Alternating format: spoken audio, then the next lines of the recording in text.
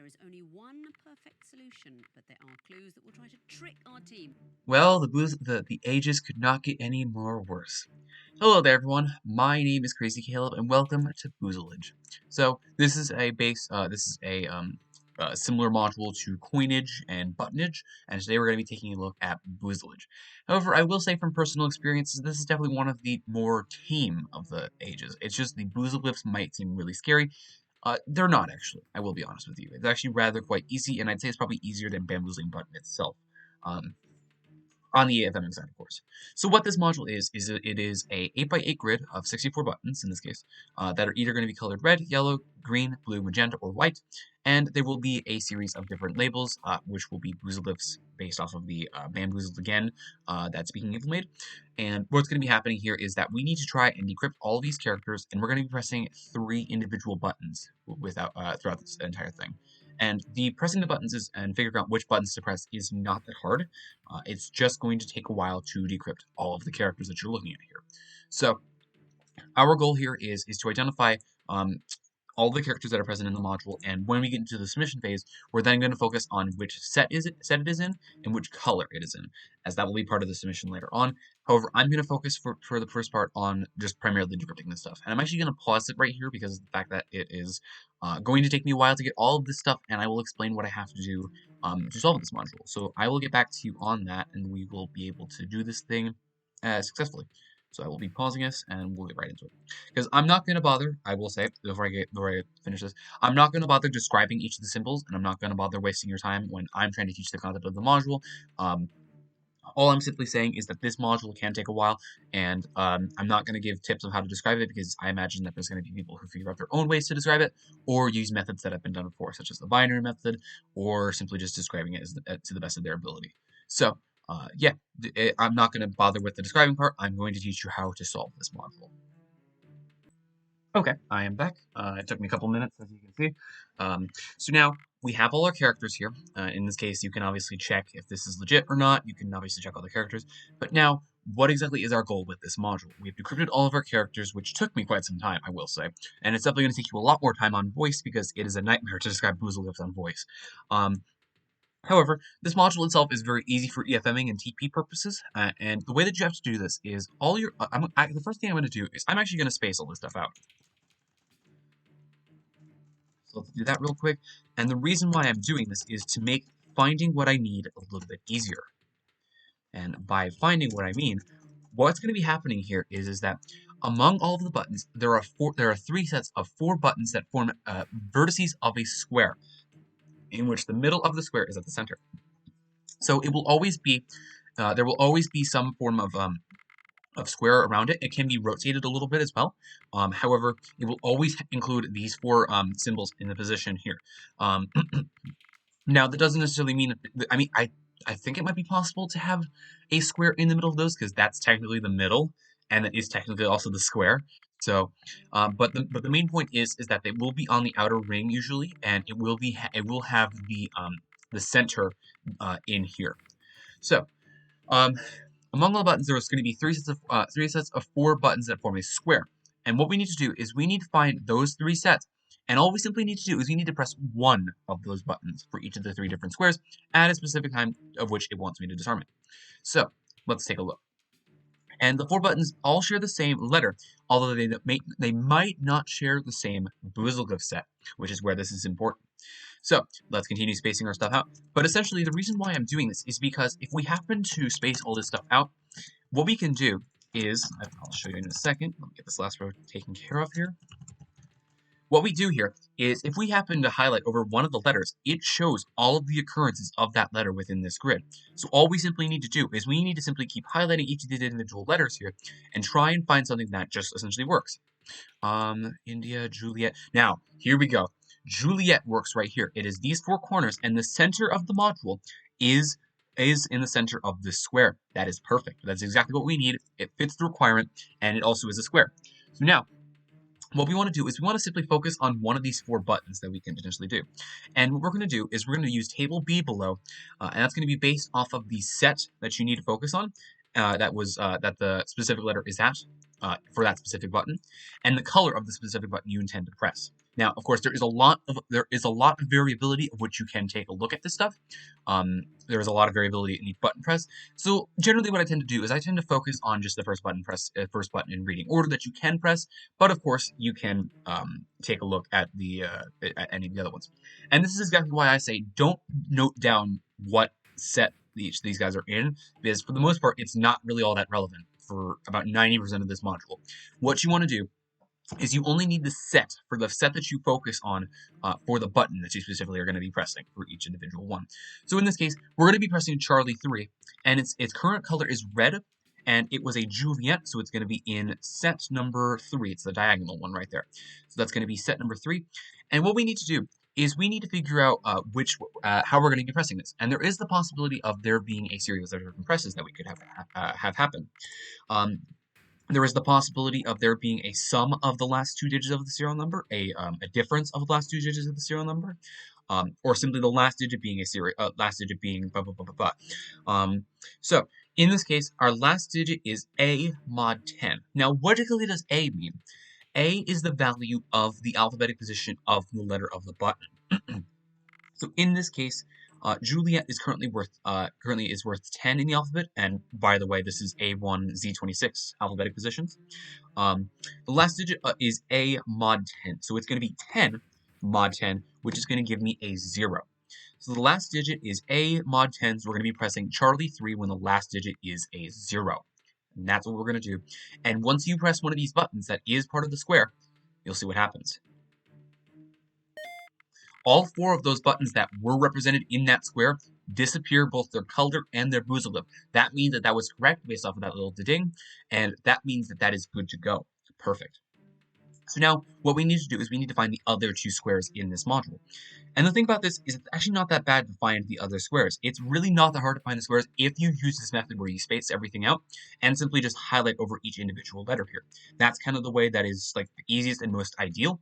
However, there is, of course, you can obviously just brute force it and look around. And here we go. Here is our second square that we've found here.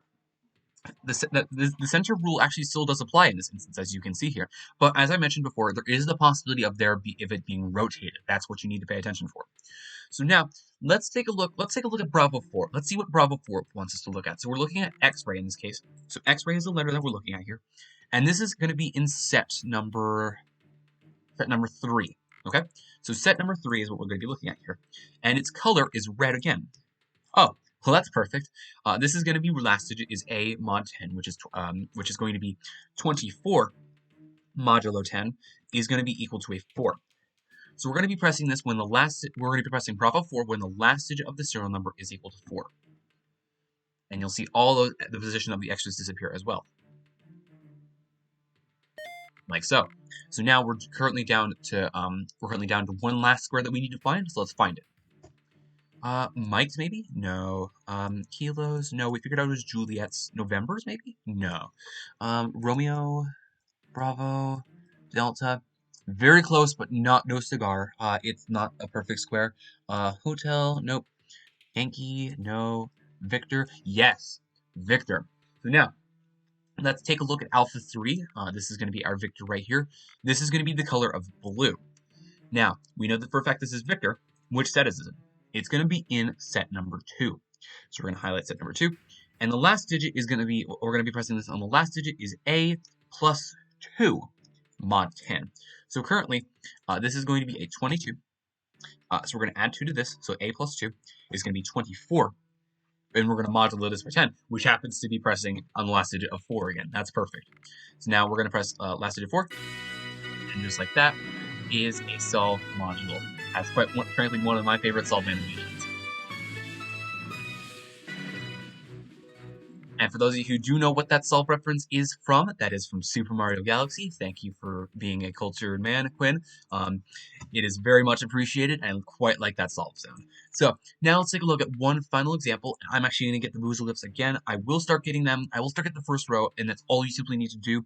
So we have, for this one, we have Bravo, and of course the Let's Decide to Go Out with me. Then we have another Bravo, okay? And then when the lights come back on, we can continue this, and I will pause this for the sake of just saving you guys some time. for how the module works, but all you are doing, quite frankly, is decrypting the boozleglyphs based off of their letters, pressing one of the buttons in each of the 3 sets of squares, and that's all you simply need to do to solve this module. It's not that bad, trust me. It's just a bit of a pain on some of the voice elements on TP and on, or excuse me, not on TP, on voice. That can make this module a little bit scary. It's not too bad, trust me. And if you use the method that I used from beforehand, you are simply going to be able to find these squares like it's a piece of cake. All you simply need to do is highlight letters, and you'll be perfectly fine. Trust me. So I will be back in a couple of minutes with this last example here. Stop recording, or pause rather. All right, finishing up our last 2 here. We're down in the bottom right. That's going to be finally a Victor and lastly a Lima. So I guess one of the other things that I should mention before we finish up with this example here is one of the things that you definitely can use is applied knowledge. Definitely, if you've seen a symbol before, you can obviously describe it. A couple of perfect examples would be these 2 guys right here. They are both the exact same symbol, same boozleglyph. So you can use this applied knowledge and say to your diffuser potentially, hey, you know that symbol at, for example, excuse me, Charlie 4, it's the exact same thing one below. So you can also use these 2, I believe it was Delta. No, it's not Delta. It's these 2 Papas that I had before him. Say, hey, you know that one at Charlie 6? The 3 to the right of that is the exact same symbol. Stuff like that. Using that knowledge is going to save you a lot of time, and it will save you a lot of time from looking around because it is very easy to miss some of the symbols. I've had some cases where I've looked for like a good solid 20 to 30 seconds for one symbol and just not been able to find it. We all have our moments, so. But anyways, let's do what we did beforehand, and let's see if we can search up any of these guys, any of these squares with our lovely search option if we highlight over a specific character. So now let's zoom, let's space all these guys out. I think there might be some I'm seeing a Papa immediately. These Papas around here are going to be a perfect example. Yes, here we go. I don't even need to finish up what we've done so far, and we already can see that there is a Papa right here. There is a bunch of Papas here. So now what we're going to do is we're going to take a look. Let's try Charlie 3, for example. So Charlie 3, we know it's going to be a Papa, and it's in set 1. It's this one right here. Now what we're going to do, so it's set 1, and the background of the button is green. So now, here we go. Here's some interesting examples here. So let's finish spacing this stuff out for sake of completion, and we'll take a look at what we need to do for this button press. Okay, so now, what this wants me to press on is it wants me to press on the sum to 11 minus 2a mod 9. So what we're going to do is, let's break this thing apart. So now, let's do a 2a mod 9. So we have a 2a mod 9, so 2 times, remember a is going to be what the value of the button is, so in this case, our character that we're looking at. So we have a 2a mod 9, so it's going to be 2 times the value of Papa, which is 16. We're going to modulo this by 9, and that's going to give us a 5. And now, what we're going to do is we're going to take 11 minus the 5, and what we want to press on is we want to press on when the digits are added up together, the last 2 digits, they will add up to 6. So in this case, our first example in which we can press on, the closest example being a 0, 6, happens to be quite convenient for us. So let's do 0, 6, because 0 plus 6 is equal to 6, and that's going to be good to go. So now, let's look for the other 2 characters, and as you can see, the buttons obviously disappear. That means we're doing something right here. So now, let's take a look. Perhaps Alpha? Nope, not Alpha. Bravo? No. November? Yes. November. These guys are, it's a much bigger example, but as you can see, it's a much bigger square. And for the most part, you can pretty much tell when a square is a square, just based off of the way that it looks. But obviously make sure in cases like my last example, there was a couple of Papas that were very close to each other. I think they were 1 space off, and I clicked one that was about 1 space away from it, I believe. Or maybe I'm thinking of another example. But anyways, as we can see, we have our second square here. Let's take a look at the Charlie 1 in this case. So Charlie 1 is going to be up here, and we know for a fact that this is going to be a November. So this is going to be a red button. Let's highlight the red row, and let's figure out what set this November is in. So it's November, and it's this one right here. So it's going to be set number 2. So set number 2 wants me to take a look at the sum to 11 minus, it's not 2a, it's just going to be a mod 9. So we're going to take the 14, which is going to be November, 14, we're going to modulo this by 9, which is going to give you a 5. And then 11 minus the 5 is going to give me 6 as well. So we're going to be pressing this when the sum of the digits is going to be equal to 6. So let's press Charlie 1. And the earliest example we can have from our point now is going to be 33, because 3 plus 3 is worth 6. Perfect. So now let's look for our last square within this module. Let's see where it is. Charlie, perhaps? No. X-ray? No. Papa, we figured out. Nope. Sierra, November, just figured out. Foxtrot? Nope. Bravo, we said no. Oscar? Nope. India? Yes. It's these 4 right around here. Now, this is an example of where you want to make sure that you keep track of which buttons you're pressing and which parts are the square. Obviously, in this case, this is a much easier example to tell, but there might be some cases where it looks a little bit too close to tell, and you might have to do some other movements to make sure that it is the correct one. So in this case, our closest one we can press is going to be a delta 3. So delta 3, and we know for a fact that this is India. Delta 3 has a color of blue, okay? And it is in set 2. Set 2 as well. Perfect. So the last digit is A plus 2 mod 10. So now this is going to be corresponding to the Indias. India is 9 plus the 2 is going to be 11. Modulating this by 10 is going to be equal to a 1. So now we're going to press the delta 3 when the last digit is a 1. Just like that is a solved module.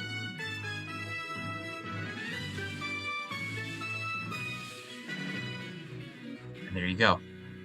This module is not as bad as it looks. It's just the longest part of this module is actually getting the read for it. So, but the concept of it, quite fun. I actually quite enjoyed looking for those squares. It's definitely a little bit more, how to describe it, bearable than, not coordinates.